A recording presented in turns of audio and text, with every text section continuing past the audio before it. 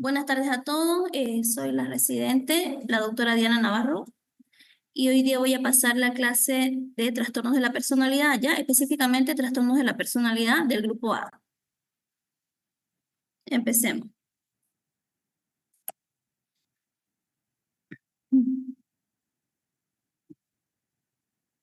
Ya. Trastornos de la personalidad. Eh, Vamos a hablar del trastorno de la personalidad.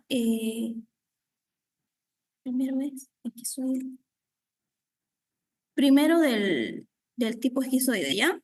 El patrón social alterado, este, se caracteriza también por distanciamiento de las relaciones sociales, restricción de la expresión emocional. Criterios de diagnóstico. No desea ni disfruta de las relaciones interpersonales, incluido el formar parte de una familia. Escoge casi siempre actividades solitarias. Presenta también nuestro paciente anedonia, que es el escaso o ningún interés en tener experiencias sexuales con otra persona. Disfruta con poca o ninguna actividad.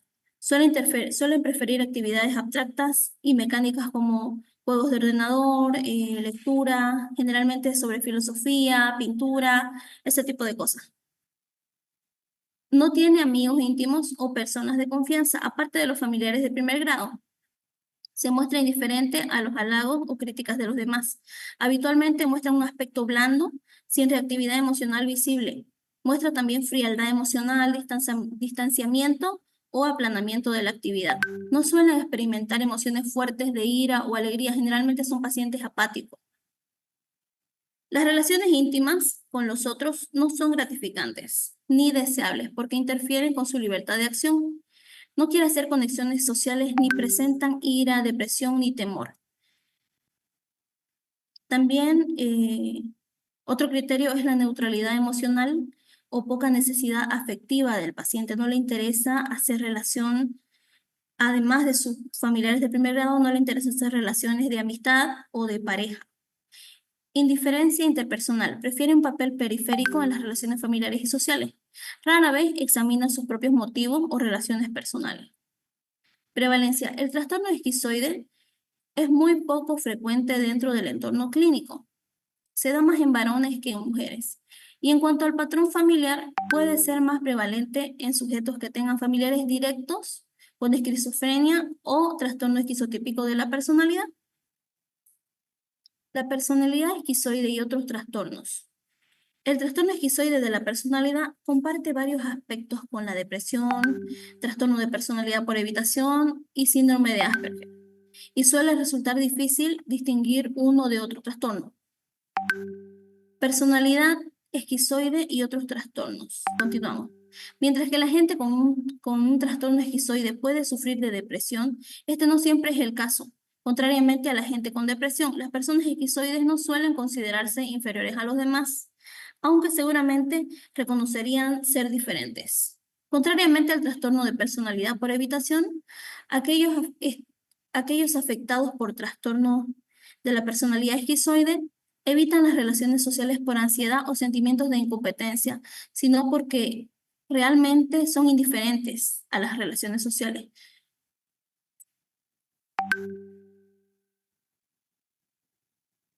Contrariamente al síndrome de Asperger, el trastorno esquizoide de la personalidad no implica ningún impedimento en la comunicación no verbal, como la falta de contacto visual o la entonación inusual como ocurre en el síndrome de Asperger, o patrones de intereses restringidos o comportamientos repetitivos, como la adherencia estricta a rutinas o rituales, intereses inusualmente intensos en un único tema. Gente con personalidad esquizoide son típicamente más diferentes respecto a sus actividades. El trastorno no afecta la capacidad de expresarse o comunicarse eficazmente con otros y no se considera relacionado con ningún tipo de autismo, como si se relaciona el síndrome de Asperger. En resumen, el paciente con trastorno de la personalidad esquizoide presenta un cuadro clínico de personalidad que muestra comportamiento observable de manera impasible, falta de expresividad y déficit de energía y vitalidad. Comportamiento interpersonal desvinculado, interpersonalmente indiferente y distante. incapaz de responder a emociones o comportamientos ajenos, o sea que la persona no se muestra empática con las emociones de las otras personas. Actividades solitarias, prefiere hacer actividades solo, no le gusta integrarse en grupos. Mecanismo de defensa, intelectualización, concisos y concretos sobre sus vidas, emociones y sociales, emocionales y sociales. Ponen máxima atención en aspectos objetivos y formales de sus experiencias. Estado de ánimo apático y tiene déficit de sensibilidad afectiva y sexual. También presenta alexitimia, incapacidad de expresar verbalmente lo que siente.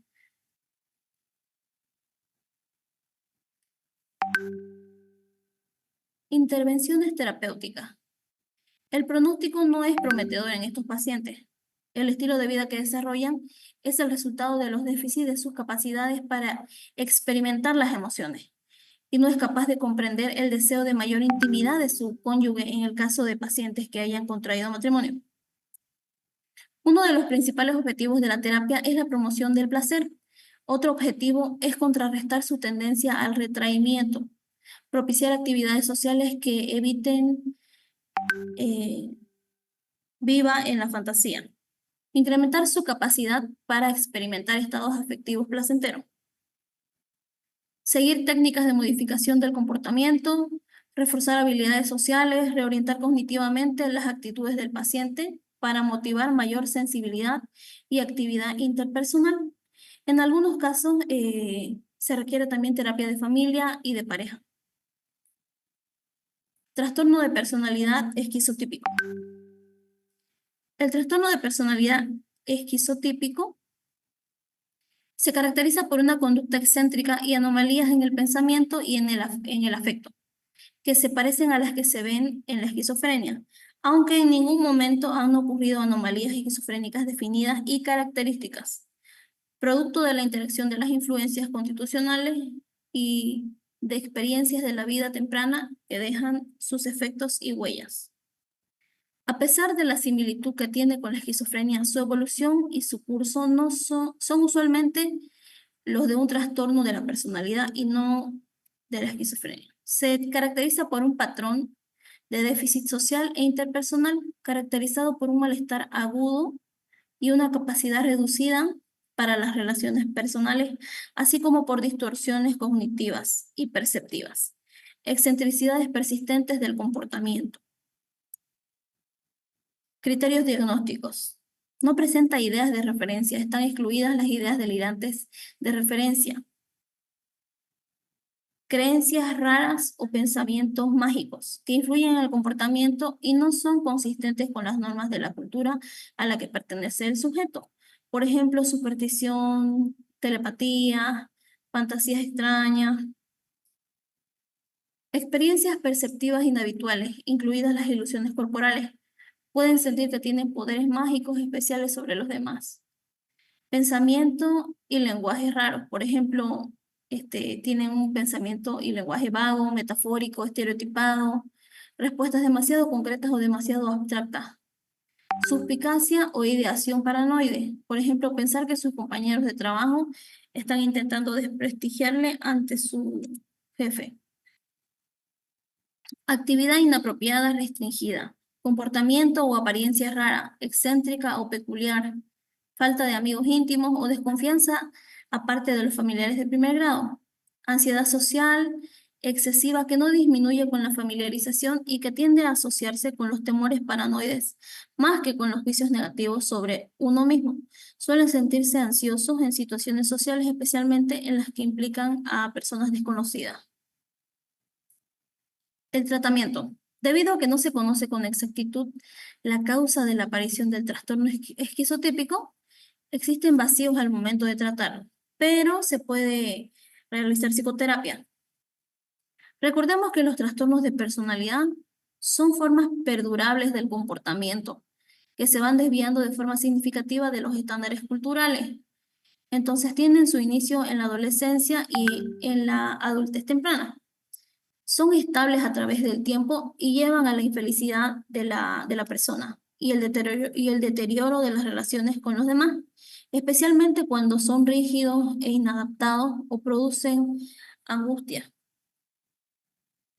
Trastorno de la personalidad paranoide.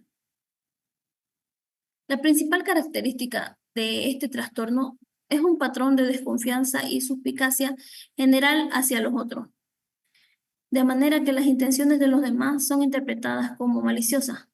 Se muestran hostiles, irritables, hipersensibles, envidiosos, enfadosos, rehúsan la responsabilidad de sus acciones y proyectan su responsabilidad en los demás. Además, también pueden llegar a presentarse los patológicos.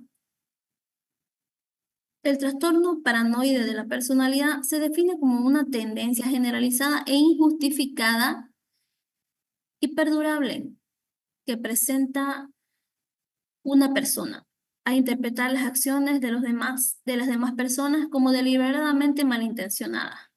Las personas desconfiadas no presentan síntomas psicóticos como delirios o alucinaciones. Criterios para el diagnóstico. El primer criterio es la suspicacia. El paciente sospecha sin una base suficiente de que los demás traman algo contra él. Se van a aprovechar de él o que le van a hacer daño o los van a engañar. Desconfianza extrema. Preocupación por dudas no justificadas acerca de la lealtad o la fidelidad de los amigos y socios. Reticencia a confiar en los demás por temor injustificado a que la información que compartan se utilice en su contra. Percibe ataques a su persona o a su reputación que no son aparentes para los demás, ante las que está predispuesto a reaccionar con ira o a contraatacar. Es desconfiado, constantemente desconfiado de la fidelidad sexual de su pareja. Errores de apreciación. En las observaciones o los hechos más inocentes vislumbra significados ocultos que son degradantes o amenazadores. Interpreta maliciosamente las intenciones de las demás personas. Sospecha repetida e injustificadamente que su cónyuge o su pareja le es infiel. Orgullo exagerado e hipersensibilidad. Alberga rencores durante mucho tiempo. Por ejemplo, no olvida los insultos, injurias o desprecios. Es incapaz de hacer a un lado los agravios o desaires.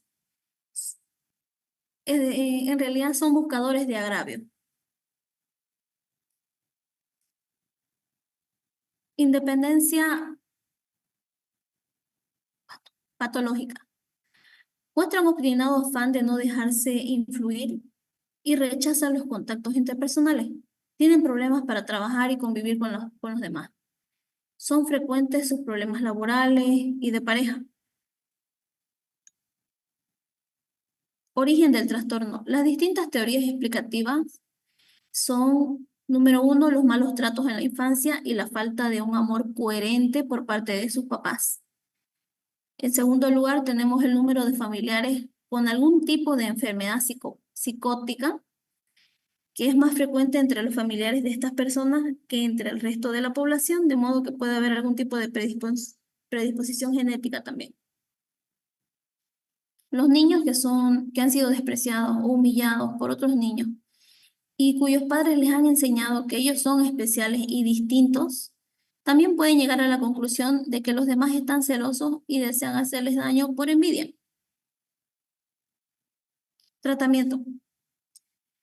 Estos pacientes raramente buscan tratamiento por sí mismos y cuando son enviados a consulta por su cónyuge o por su jefe, en el trabajo pueden serenarse y simular como personas que no experimentan un malestar alguno.